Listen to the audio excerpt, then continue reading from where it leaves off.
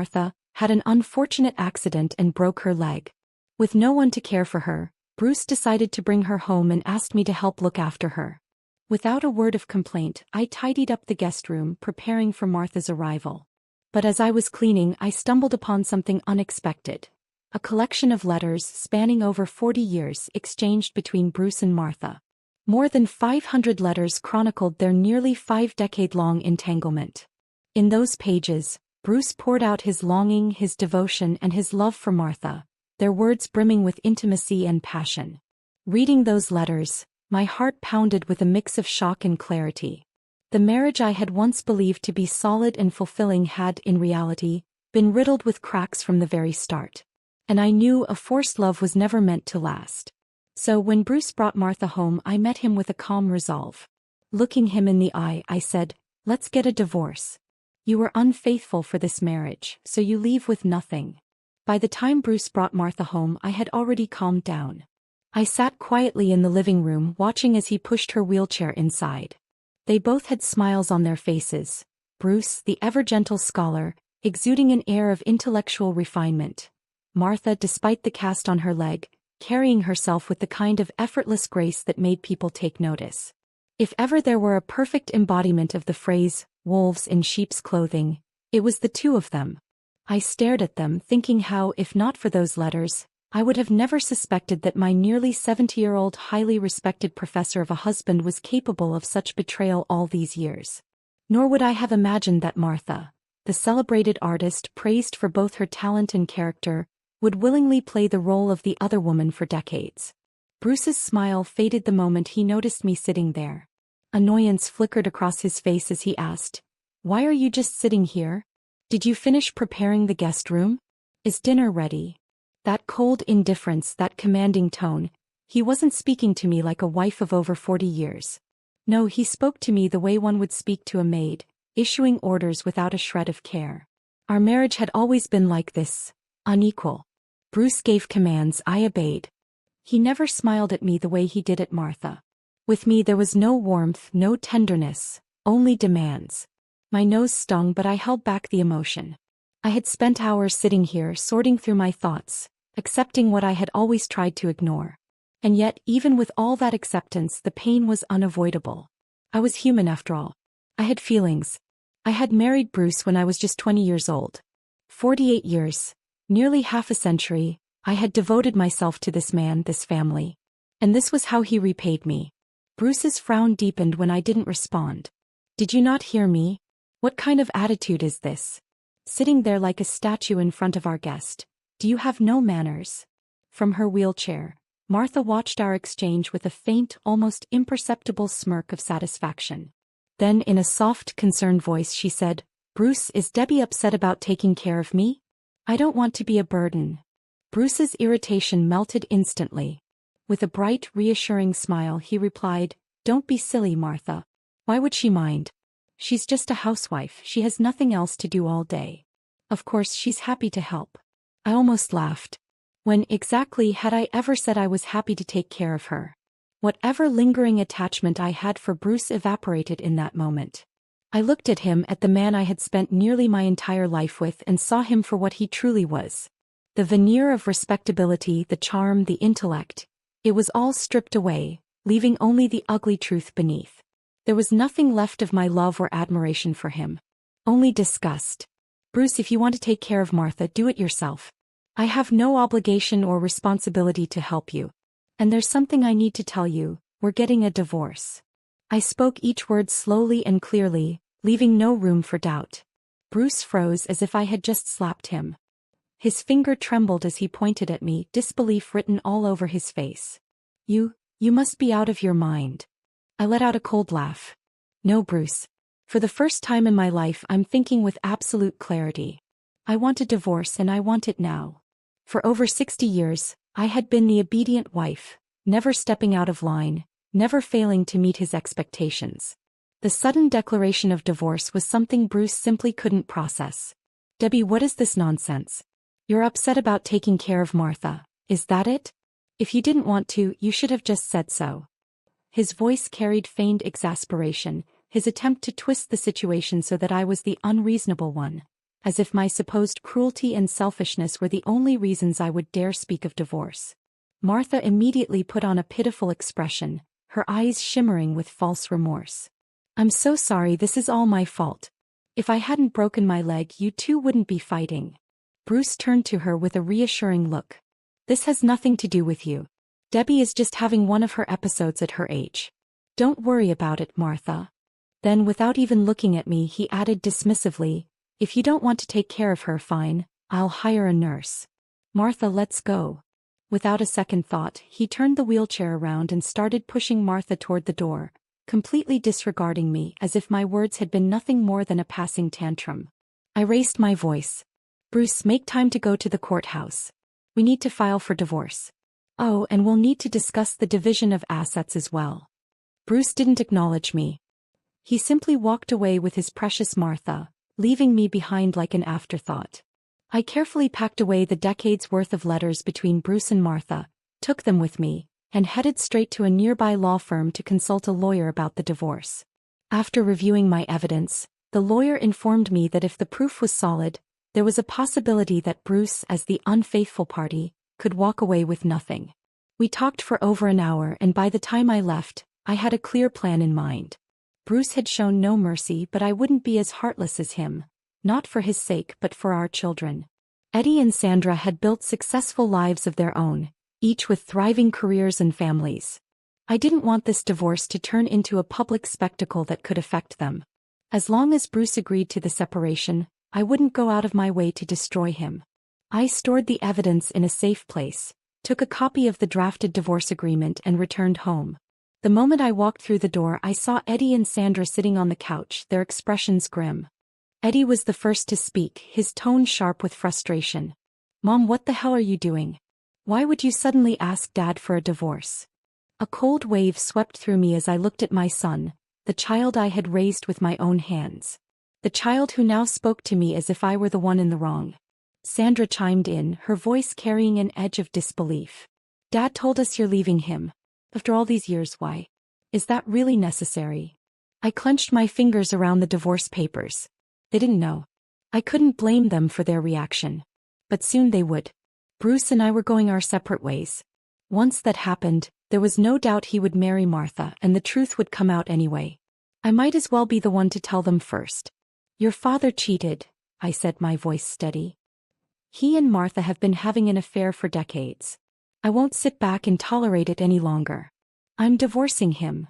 I had poured my love into these children, raised them with care and believed naively that they would stand by my side.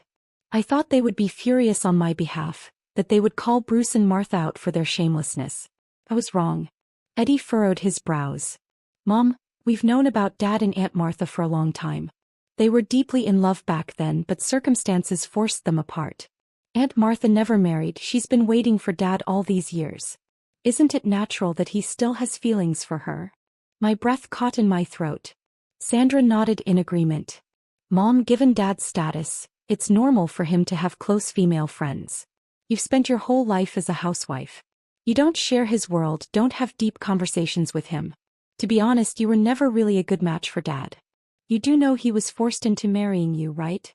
She looked at me with something almost like pity. "You're making a big deal out of nothing," she added. "Dad and Aunt Martha are just close friends. They never did anything to betray you. Do you really have to stir up trouble over this?" If I hadn't seen Bruce's letters, I might have believed them. I might have fooled myself into thinking he and Martha were truly innocent. But how could they be? 40 years of tangled emotions, 40 years of holiday getaways spent together, 40 years where Bruce never once brought me flowers, never gave me a single thoughtful gift, yet he showered Martha with presents. He never remembered what I liked, but he knew Martha's preferences like the back of his hand. I had always assumed this was something just between Bruce and Martha, a secret they kept from everyone. I had thought my children, like me, had been kept in the dark. But now I knew the truth. I looked at Eddie, then at Sandra. My voice was hollow when I spoke. "So, you both knew? You knew all along?" They nodded in unison. Eddie was the first to respond, shifting uncomfortably. "Mom, we didn't mean to keep it from you. We just didn't want to upset you. Dad's a respectable man and Aunt Martha isn't some random woman. We trust their character. They wouldn't cross the line." Sandra quickly chimed in. Mom, stop making a fuss over nothing. This isn't the time to throw a jealous tantrum. Think about the family. Think about us. Stop talking about divorce like it's some casual thing. I nearly choked on my own breath. My husband's betrayal was painful, but my children's reaction was unbearable. This was worse. So much worse. Had I really raised them? Had I really spent my life pouring love into two children who now stood here, defending the man who had humiliated me? Eddie saw the rage darkening my face and tried to smooth things over, speaking in an overly patient tone as if I were a stubborn child. Mom, I get it. You're upset. But what does it change? You have no job, you've been out of touch with the world for decades. How are you going to survive on your own? Sandra nodded in agreement. Exactly. You've had a comfortable life with Dad. You never had to work, never had to worry about money. What more do you want? Comfortable life? I let out a laugh. Cold, bitter, mirthless. I had never lived a comfortable life.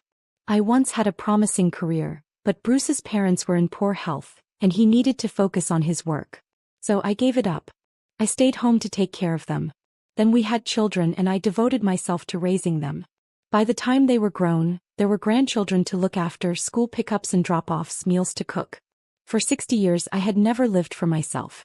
I had always been someone's daughter, someone's wife, someone's mother, someone's grandmother. Never, not once, had I simply been me. And I had never complained. I had believed, foolishly, that my sacrifices were seen and appreciated. That my love was understood. But to them I had been enjoying life. Tell me, what kind of luxury is waking up before dawn to make breakfast? What kind of privilege is scrubbing floors, washing clothes, running errands, preparing meals day after day, year after year? In 40 years I had never traveled, never seen a movie in a theater, never attended a concert. I was nothing more than a glorified maid, and even maids at least got paid. I had nothing. I stared at my children, my face frozen in an expression of utter disbelief. Eddie, sensing he might have gone too far, softened his voice. Mom, look, if you don't want to take care of Aunt Martha, that's fine. Dad can hire a nurse. Just don't make this into a big scene. You've lived here for so long. Do you really want the neighbors gossiping about you? Gossiping about me? They thought I was the embarrassment? Eddie continued, just call Dad, apologize, and let's move past this. My hands trembled with rage. Sandra added, I actually need Aunt Martha's help with something. Mom, even if you don't care about Dad, at least think about me. Don't make her hate us. Just call Dad and say you're sorry. Then, before I could react, they dialed Bruce's number, shoved the phone into my hand and waited. For 40 years, whether I was right or wrong, I had always been the one to apologize first. I had always been the one to bow my head. And now they expected me to do it again. Expected me to apologize to the man who had spent his life loving another woman. The man who had written love letters to her while treating me like a shadow. While he had been traveling the world with Martha enjoying themselves, I had been trapped in the walls of this house, invisible, unimportant. And they still expected me to lower my head. My heart felt barren. I looked at my son and daughter, the very children I had poured my love into, raised with my own hands, now treating me like a stranger. The moment they had grown up and built lives of their own, I had become nothing to them. Maybe now that they earned their own money, they looked down on me, the mother who had stayed at home. Not only did they have no respect for me, but they saw me as weak, as someone to be dismissed and trampled over. I glanced down at the phone they had shoved into my hand. From the other end, Bruce's cold voice came through. What for? Under Eddie and Sandra's expectant gazes, I spoke clearly, enunciating every word. Bruce, I'm telling you again, I want a divorce. Come over now so we can settle it. Bruce didn't take me seriously. He brushed me off with a few half-hearted scoldings before hanging up. Eddie and Sandra, seeing that I was resolute, shook their heads in exasperation. To them I was being unreasonable. They didn't stay long. They had no interest in standing by me. And just like that, I was alone. I sat on the couch, staring at the emptiness around me, a bitter laugh escaping my lips. My whole life, what a joke. What a pathetic, pitiful existence. But self-pity wouldn't get me anywhere. There was no one to turn to, no one to share my grief. I had only myself. And for the first time in my life I was going to fight for me. Bruce hadn't made a single move. He probably thought I would cave, that I would swallow my pride like I always had. Too bad for him. I had no intention of backing down. Not this time and not forever in the future. I gave him a week. 7 days passed and he never showed up, never called. He thought he could ignore me, that I would come crawling back. He was wrong. I started packing. Eddie and Sandra had proven themselves to be just as cold and selfish as their father. I had once worried about protecting them, about keeping the divorce quiet for their sake. But after that conversation I saw how foolish I had been. In this house I was nothing. No one cared about me. So why should I keep trying to protect people who treated me like I was invisible? I wasn't just going to divorce Bruce. I was going to make sure he walked away with nothing. Box by box I packed up his things. It was only as I sorted through the house that I realized just how much of it belonged to him. His clothes, his shoes, his books, his belongings filled dozens of boxes, covering the living room, stacking up in the hallway. And then there was me. In over 40 years I barely had anything to call my own. No fine clothes, no treasured possessions. Just a lifetime of service, of sacrifice, of making sure everyone else had what they needed. By the time I was done, the house felt different. Lighter. Freer. The next morning I called Bruce. "I've packed up your things," I said, my voice calm. "You can come pick them up or send someone to do it." He exhaled sharply, already irritated. "Debbie, do you really have to be this unreasonable? All I asked was for you to help take care of Martha for a few days. You've taken care of people before. Why are you making such a big deal out of this?" Even now he stood on his pedestal looking down on me. I had no patience for his nonsense. "I'm only holding on to your things for 3 hours. If you don't come get them, I'm throwing them out. Oh, and by the way, the house is mine. The assets too." Bruce didn't even let me finish before he exploded in rage, cursing before slamming the phone down. I couldn't care less how Bruce would deal with things at this point. Sitting in the living room, I began calculating the finances of my marriage to him. I didn't know all the details, but I knew there were 3 properties and 2 cars. Bruce, a renowned professor, had a high salary with substantial bonuses and awards. I carefully added everything up step by step. The 3 hours flew by. No sign of Bruce. I made a call to a company to come collect the old items. As they were about to load his books and papers onto the truck, Bruce finally showed up. He stopped the movers, yelling furiously, "Stop! Stop right now!" Then he turned to glare at me with rage. "Debbie, you've gone too far." I looked at him coldly, replying, "I warned you. You came too late. You're impossible." Bruce shouted, pointing a trembling finger at me. The person he had always oppressed, the one who had never dared raise her voice, was now something entirely different. Finally, Bruce began to truly see me. He spoke. "Fine, if you're so determined, let's talk about the divorce." Of course, I thought. We needed to have this talk. We sat down on opposite sides. I handed him the divorce papers. "Everything's in order. Just sign here." Bruce took the papers and began to read. When he reached the section about the division of assets, his eyes widened. You want everything?" he stammered. "Debbie, how dare you?" I smiled bitterly. "You cheated on me, Bruce. Martha is the one who committed the wrong, and with all these evidences I had, what do you expect to happen or argue? The guilty party doesn't get a penny. You leave with nothing." As I clearly laid out the facts, naming Martha as the guilty party, Bruce's face turned a deep shade of red. He opened his mouth to argue, but I didn't hesitate. I slammed a stack of documents onto the table in front of him. Bruce picked up the papers and his face drained of color as he scanned the contents. His hands shook as he pointed at me, barely able to speak. How do you have these?" For over 40 years of marriage, I had played the role of the dutiful housewife, soft-spoken, mild-mannered, always tending to the household. Bruce had long since stopped seeing me as a person, let alone an equal. He thought I was weak, easily manipulated, and had no voice of my own. But I wasn't just some docile woman. I had once been a brilliant student from a family of intellectuals. My parents were professors. Bruce, on the other hand, had come from nothing. He had grown up with nothing but a small farm to his name, and when he met me he was a student of my father. Bruce had his eyes on my family's wealth and influence, not just me. He had separated from his true love intendedly, Martha, to marry me, all in the hopes of using my family's connections to propel his career. I had fallen for him not just because of his ambition but because of his charm, his drive, and his apparent kindness. I had thought he was a good man, but I was wrong. I had built him up in my mind to be perfect when he was anything but a poor student. If Bruce had any morals, he would have been grateful to my parents for giving him the opportunity to succeed, But instead he used their help to climb higher, leaving me behind. After our marriage, I did everything to support him. I quit my job to care for his parents and maintain our home so he could focus on his career. If he had any sense of responsibility, he would have left Martha behind and shared his life with me. But Bruce didn't care about responsibility, he was too greedy. He took advantage of my family's support and used me as a servant, treating me like nothing more than a caretaker while he romanced other women. He thought I was trapped, that I would never leave, and I had kept quiet for so long because of love. I had devoted my life to him out of love, but now I saw the truth. Bruce had never loved me. So why should I continue to bear this? Over the years, Bruce and Martha had been careless in their affair, flaunting their love while going on vacations together, enjoying their time without a care in the world, forgetting to cover their tracks. But I, using the letters Bruce had written to Martha, had traced their steps over the past 2 years. Last Christmas they had gone skiing in the mountains, and this July they had vacationed on an island, taking plenty of photos. This Christmas they were again together on an adventure, with Martha trying to challenge herself with rock climbing.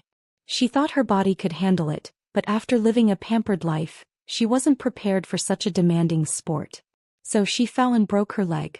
Seeing his lover injured, Bruce was frantic, unashamedly showing his concern and affection for her.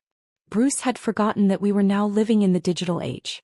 As Martha was being comforted by Bruce, a photo was taken, capturing the intimate moment. People assumed they were a married couple, admiring their perfect love, completely unaware of the truth, that they were simply two cheaters. Bruce never expected that I would get my hands on so many intimate photos and videos of him and Martha. Bruce was a respected university professor, now retired but still influential, and Martha was a well-known film critic. They both understood the scandal their affair could cause. Bruce tried to talk to me, softening his tone, saying, "I just can't let go of Martha. Nothing ever happened between us." Before he could finish, I interrupted him sharply, "Don't lie to me, Bruce. If you were a man with any dignity, you wouldn't be so tangled up in this. I won't give you any chances. Divorce is non-negotiable." Seeing my unwavering resolve, Bruce tried to argue for the assets. "Can you at least leave me 20% of the assets?" I rejected him coldly. "Don't even think about it." I looked at him, each word deliberate. "The divorce is final and you leave with nothing. As for your affair with Martha, I won't expose it, but if you do anything to harm me, you know the consequences." Bruce knew the consequences all too well. He had enjoyed years of praise and recognition and couldn't bear the thought of being publicly shamed. In the end, he signed the divorce papers. Once Bruce left, Eddie and Sandra arrived soon after. They stormed in furious. "How can you be so heartless? So greedy?" they demanded. Their tone was as if I had committed some unspeakable crime. They bombarded me with accusations. "You want him to leave with nothing? What have you contributed? This house, all of it, is the result of our dad's hard work. How can you be so vicious toward him? Doesn't your conscience hurt?" I couldn't help but laugh at their righteous anger, my voice calm as I said, "You want to talk about conscience? Fine, let me ask you, where is your conscience?" I sneered. "From the time you were born, did your father ever take care of you for even a day? Did he ever cook a meal, wash your clothes, or even drive you anywhere? Well, that's all been me, the person with no conscience." They were stunned into silence. I pointed at Eddie and continued, "You said your father and Martha were madly in love, didn't you? Well, they've been having an affair for over 40 years, so they are indeed a couple, but their love has been built on cruelty. If I didn't have a conscience, I would have let you die years ago." Eddie was speechless, but he asked, "What are you saying?" I coldly replied, "Your dear father never wanted you. After he found out I was pregnant, he kept making excuses for why I should get rid of you." I continued, "I never understood why you and your father wanted to stay childless, but now I see it. He had already made up his mind to stay with Martha, and he never wanted a burden like you. This is the true face of the father you respect so much." Eddie shook his head in disbelief. "This can't be true. You're lying. My dad isn't like that." I smiled bitterly. "Well, you don't want to believe me. Fine, but the truth doesn't matter to you, does it? All you care about is the money." Flustered, I waved them off. "Just leave. I don't want to see you anymore."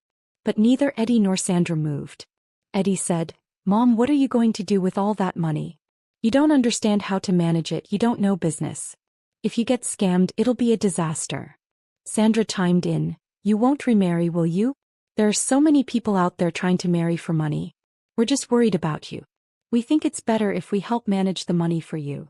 Now I understood their real intention. I laughed, a cold, cruel laugh. So you want the money, huh? Just like your father, so selfish. You're exactly like him. When they had helped others hurt me, I had already given up on them. Want my money? They were dreaming. I would donate every penny to charity before I gave them a cent. After threatening to call the police, Eddie and Sandra were finally driven out of the house. They had no loyalty or sense of family, so I had no reason to indulge them any longer. Once they were gone, I immediately put the house up for sale. From now on, I would sever all ties with them. As I was in the process of selling the house, I began looking for a new one. The current house was too large for me to live alone. It felt too empty. I decided to buy a more manageable apartment, around 100 square meters. It didn't take long to find one I liked, and once I purchased it, I went out to enjoy a celebratory dinner. That's when Martha reached out to me. She put on a false, innocent tone and began to explain. Debbie, I know there's been some misunderstanding between you and Bruce recently because of me. Is it because of me that you want to divorce him? Bruce and I haven't done anything, you have to believe me. I honestly didn't know where she found the nerve to come to me with this explanation. For 40 years she had been sneaking around with Bruce, doing despicable things behind my back. If Martha had even the slightest bit of dignity, she would never have shamelessly destroyed my family like this. But of course I wasn't going to indulge her in her audacity. I cut her off, saying, "Oh, so you're telling me that after all these years, you've received gifts from Bruce, traveled with him all over the world, but you didn't know those gifts were bought with money? You didn't know the hotel stays and meals cost money? You didn't know that the money you spent was part of the shared assets between Bruce and me, the legal wife? You know exactly what you've done, and now you have the nerve to explain yourself? You're stealing." Seeing I wasn't giving her an inch, Martha couldn't maintain her composure any longer. She said, "I admit that Bruce and I became close because of work, but there's nothing between us. He's been married to you for decades. How could you let him leave with nothing?" I shot back, "Listen, Martha, just because I promised Bruce I wouldn't expose your affair, it doesn't mean I'm going to show you mercy. You know exactly what you've done. So stop pretending to be anything more than Bruce's mistress. Don't come near me. I'm not Bruce. I won't tolerate you." Martha's anger flared, her voice rising with each word. "No wonder Bruce always said you had no sense of fun, that all you cared about was money. Debbie, you're the most vulgar and scheming person." I smiled, responding calmly, "You two must be so noble, huh? You don't like money, but you wear gold, live in a mansion and drive luxury cars. You don't love money, but you're here begging me not to make Bruce leave with nothing. You better think carefully. You're the one asking me, not negotiating terms with me." Martha was fuming, unable to contain her rage but still trying to provoke me. "Debbie, you're so pathetic. Your husband doesn't want you, your kids despise you. You've been a joke for all these years." This last statement was exactly what Martha wanted to say all along. My children had firmly sided with her and Bruce, supporting her every word. Martha felt smug, thinking that her little victory over my children would make me furious. But I was as calm as ever, my voice steady as I replied, "Ungrateful children? If you're happy with them, then I'm happy to give them to you. I hope you can keep laughing like this for a long time." Martha, seeing that her words had no effect on me, grew restless. She constantly posted more pictures of her and Bruce, showcasing their intimate moments. She also shared more videos and photos of herself with Eddie and Sandra, trying to flaunt their closeness. But honestly, I felt nothing when seeing all these. As the days passed, my divorce hearing with Bruce soon arrived. I woke up early and headed straight to the courthouse. The past month had been blissful for me. I bought a new house, decorated it according to my style and moved in. I no longer had to wake up early to prepare breakfast for the family. I slept until I naturally woke up. I didn't need to stress over dinner, cooking different meals to satisfy everyone's taste. During this time I was free. I ate what I wanted, slept when I felt like it, and spent my free time buying clothes, getting beauty treatments, learning flower arrangement, painting and playing the piano. Life was easy and carefree. I gained a few pounds, but my energy and spirit were at an all-time high. In contrast, Bruce seemed like a shell of himself. His shirt was wrinkled and stained, his beard had grown out and he hadn't bothered to shave, and his eyes were empty. Seeing him like this almost made me laugh out loud. As for Martha, after I had upset her during our last conversation, she had been sending me daily updates on her and Bruce's so-called romantic moments. When I had been with Bruce, I was the one who worked tirelessly, caring for him like a devoted servant while Bruce did nothing. But now that he was with Martha, things had completely changed. Martha, with her leg injury, relied on Bruce to feed her, bring her tea, bathe her, and assist her in every way. Martha enjoyed being pampered, but Bruce, who had never done a single household chore in his life, was clearly struggling. This month had made Bruce realize something. The woman he had dreamed of for so long, Martha, wasn't as perfect as he had imagined. She was no longer the unattainable beauty he had idealized. She was just an ordinary woman. She needed food, used the bathroom, didn't wear makeup, and had no thick layers of foundation to hide her flaws. She couldn't look pristine and glamorous for him anymore. Bruce finally understood that Martha was just like any other woman. Her skin sagged and the wrinkles around her eyes were more noticeable than before. She didn't care about what Bruce thought. She was stubborn and didn't show him the respect or care he felt he deserved. What he had wanted so badly now felt different. Bruce regretted everything and even tried to convince me to reconsider the divorce. What a dreamer. I didn't hesitate for a second as I signed the papers. When I walked out of the courthouse, I couldn't help but hum a happy tune. I was finally free and at peace. Bruce, on the other hand, was facing the reality of caring for Martha during her lengthy recovery. His struggles had only just begun. After receiving the divorce certificate, I booked a tour group and started traveling the world. I didn't delete Martha's contact information.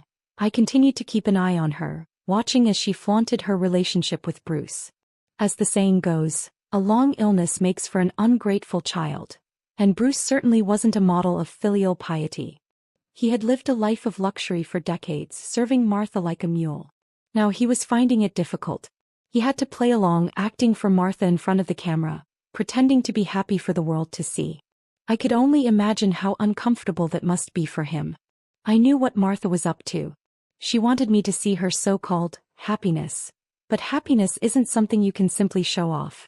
It's like wearing shoes. Only the wearer knows if they fit properly. Martha frequently posted about her romantic moments with Bruce. Before, when I was still married to Bruce, she had blocked others and only allowed me to see her posts. But now that Bruce and I were divorced, there was no need to hide it anymore. She started sharing her love with Bruce openly for everyone to see, hoping to get the validation and admiration she so desperately wanted. But the world doesn't revolve around Martha. People will only praise you if they need something from you, or if they genuinely admire you. Martha's posts about her and Bruce's relationship didn't have the effect she had hoped for. Very few people wished them well, and instead there were whispers behind their backs. Bruce and I had been married for over 40 years, and our marriage had been seen as a model of success. Now suddenly we were quietly divorced and Martha and Bruce were together so quickly. Anyone with a brain could see what was going on. They weren't clean. Bruce had been in academia for many years and he certainly had his fair share of enemies. Martha too had made many enemies in her career, suppressing people to climb the ranks. Their public display of affection only gave their rivals the opportunity to strike back. Rumors began circulating, saying that Bruce and Martha had been together long before their divorce, accusing them of having an affair.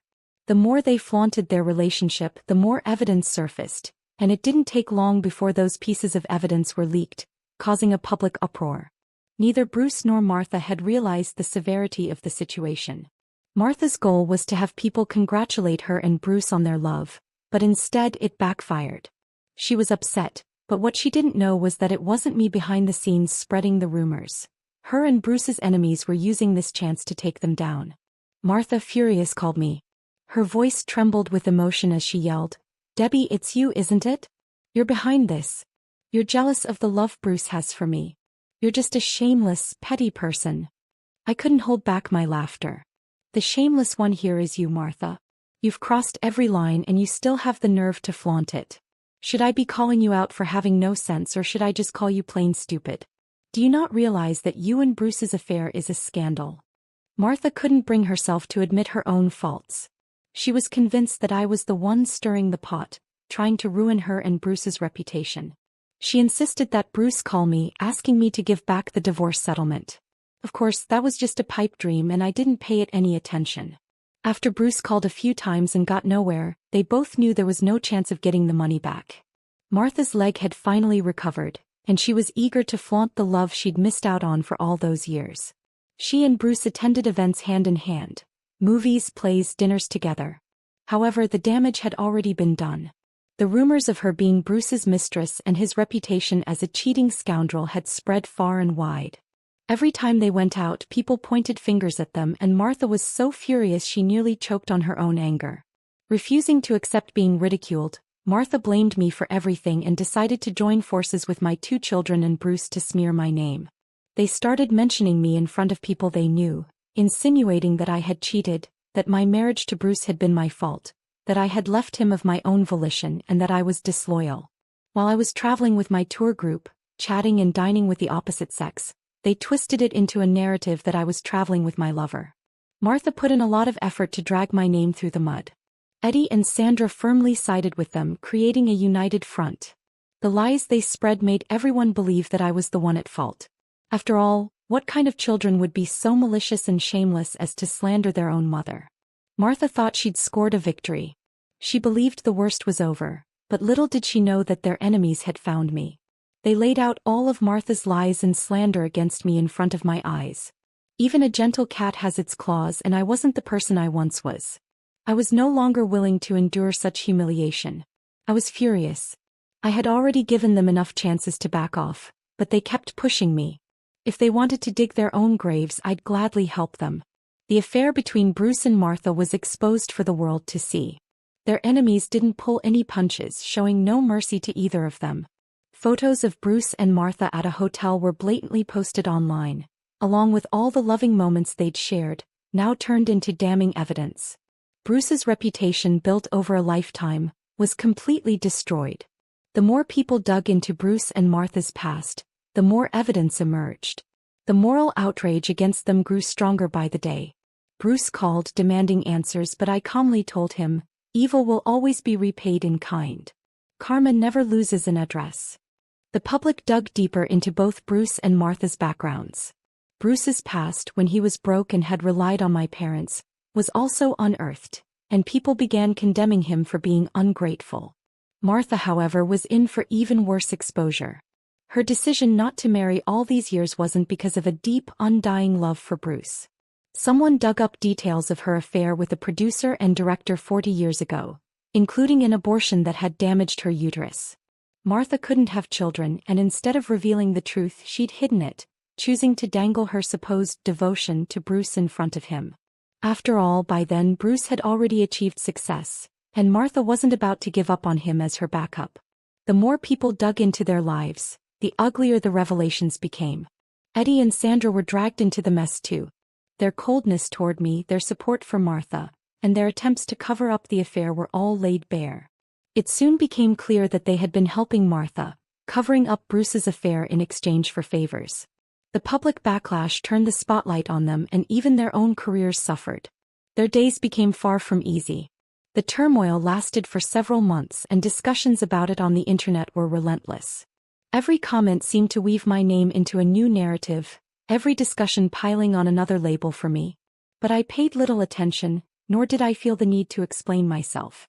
To me it had long ceased to matter. Life goes on, and in the end, it's my journey to walk, while others' opinions are but the voices of bystanders. I continued my journey, having just wrapped up a visit to a small town in southern France, and soon after embarked on my global travels. A year passed in the blink of an eye, and not even the shadow of regret lingered within me. That year of travel was undisturbed. No one interrupted my freedom, no one could take a piece of it away from me. I wandered through different countries and cities. Each morning I woke to feel that liberating sense of boundless freedom. When I arrived in a small town in Norway, the cold winter air brought with it a refreshing sharpness. Wrapped in a thick coat, the chill didn't bother me, for my heart had already warmed with a quiet peace. I sat by the window in a quaint café, savoring Norwegian salmon roe, letting each bite, filled with the taste of the ocean, linger on my tongue. My phone buzzed constantly, but I chose to ignore it. In that moment the world seemed to stop, and it was just me with the view before me. Suddenly my phone lit up with a message. It was from Sandra, short and cold. "Mom, Dad's in the hospital. He's been diagnosed with cancer, terminal. He doesn't have much time left. Can you come see him? I stared at the message, feeling no stir of emotion. I took a deep breath, my finger sliding across the screen, ultimately choosing to delete it. The answer was simple. No. I'm not a cold-hearted person, nor someone who doesn't understand human emotions, but I'm just a normal person. I know too well the pain of betrayal, of deception, and of those who have hurt me. The love I once knew had long been overshadowed by these betrayals. I would no longer easily forgive those who had disrupted my life, especially Bruce and Martha. Their suffering and regret were no longer my concern, and I had no obligation to shoulder their burden. As time passed, I continued my travels, embracing the beauty of the world and reflecting on the lessons life had taught me. Meanwhile, my phone was still flooded with messages about Bruce's worsening health, Sandra's anxious messages, and more. But all of it felt like passing smoke, easily brushed aside without stirring my heart. Half a year later, I returned home. As I stepped off the plane, I received yet another message from Sandra. Mom, Dad has passed away. I felt no reaction. I didn't reply. They no longer held any place in my life. Bruce's death didn't stir a shred of guilt within me, nor did it add any weight to my journey. I had long since stepped out from their shadows and had found my own light. I gently tucked my phone away, gazing at the bustling crowd in the airport terminal. A quiet smile spread across my face. All that had passed was gone, and all the pain had lost its meaning. Now I was living my life, truly mine, free from constraints, free from sorrow, only joy, freedom, and infinite possibilities. Life continued, and so did I, the one who now lived only for herself. This is Martha's story. Memories often come rushing back on quiet nights, like an unhealable scar that resurfaces time and again. At that time, I was just a young girl from a poor family, with a hint of naivete in my eyes, yet a heart full of ambition and defiance. Every time I stood before a mirror and saw my ordinary face, I felt a pang of unease. I knew, compared to the daughters of prominent families, I was always missing that one thing, the innate radiance that seemed to come so effortlessly to them. Then Bruce appeared, like a stone cast by fate into the water of my life.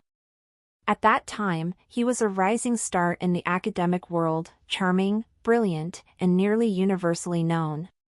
He not only commanded my admiration, but also ignited a deep desire in me to stand by his side.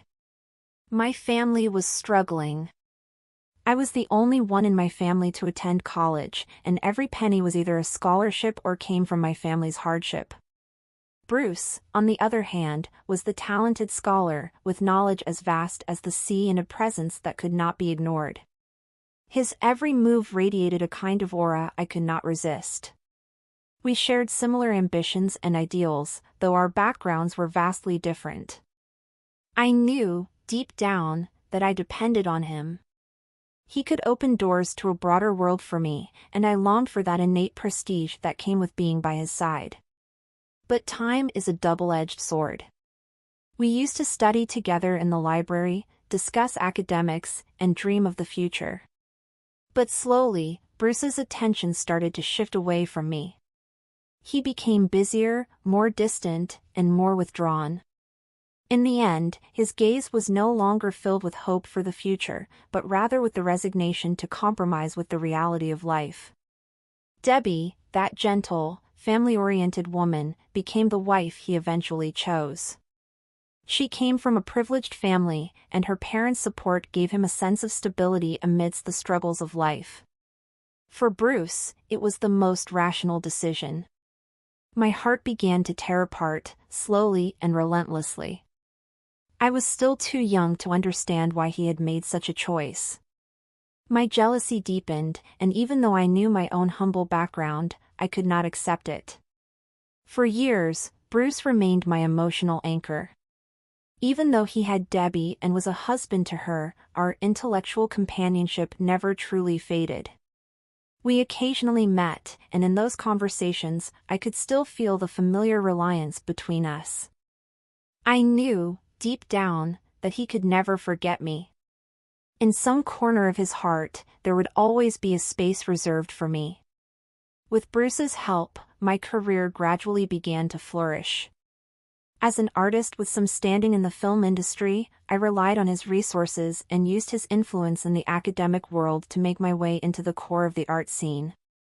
Bruce's fame became the stepping stone that allowed me to rise to the top. At every art exhibition and film release, I made sure to stand by his side, making sure everyone could see the unspoken connection between us. But these outwardly glamorous moments concealed the emptiness and fear that gnawed at me. I could never bear children, this was my lifelong pain. I knew Bruce could never give me a complete family. So, I started to find substitutes in Debbie's children. Her son, just entering the workforce, was full of uncertainties, while her daughter was rising steadily in society, becoming a prominent figure. I could not miss a single opportunity to involve myself in their lives.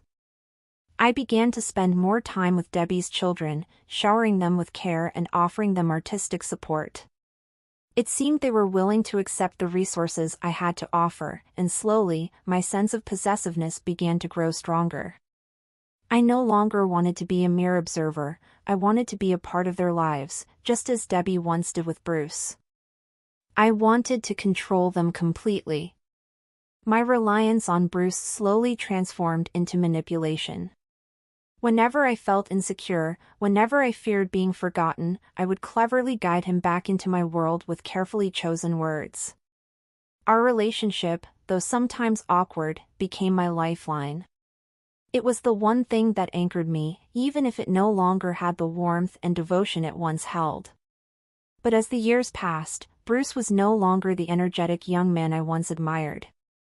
The memories of our shared time together began to fade, and recently, the injury to my leg made it harder for me to move freely, a constant reminder of the changes that had come with time. Bruce pushed me into the living room one evening, and I looked at him. The admiration and dependency I once felt for him had transformed into emptiness and indifference.